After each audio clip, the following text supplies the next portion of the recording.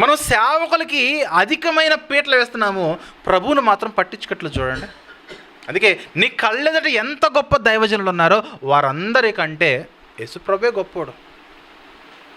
చాలామంది ప్రసంగాలు చెబుతారు, మా ఫౌండర్ ఎవరైతే ఉన్నారో ఫౌండర్ గురించి చెప్తారు. నో నో నో, ఫౌండర్ కంటే ముందు ఆయన ఉన్నాడు. ఎవరైనా?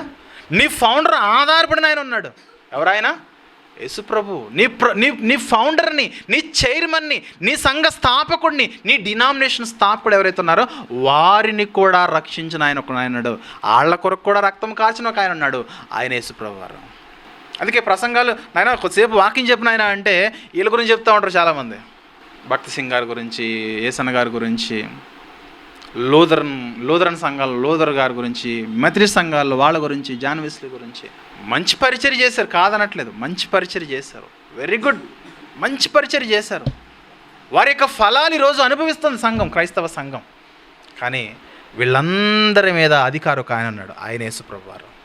అందుకే సేవకుడి మెండలో దండ వేయడం మానేసి ఆ సేవకులకే భక్తిని బోధించిన గొప్పవాడైన ప్రభు ఉన్నాడు. ఆ ప్రభువుని మీరు గుర్తించగలగాలి.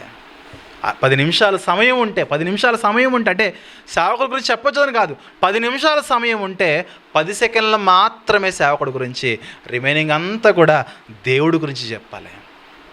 మన రక్షణకు పాత్రుడై ఉన్న ఆ ప్రభు గురించి, ఆ ప్రభు యొక్క గొప్పతనం గురించి మనం చెప్పాలి.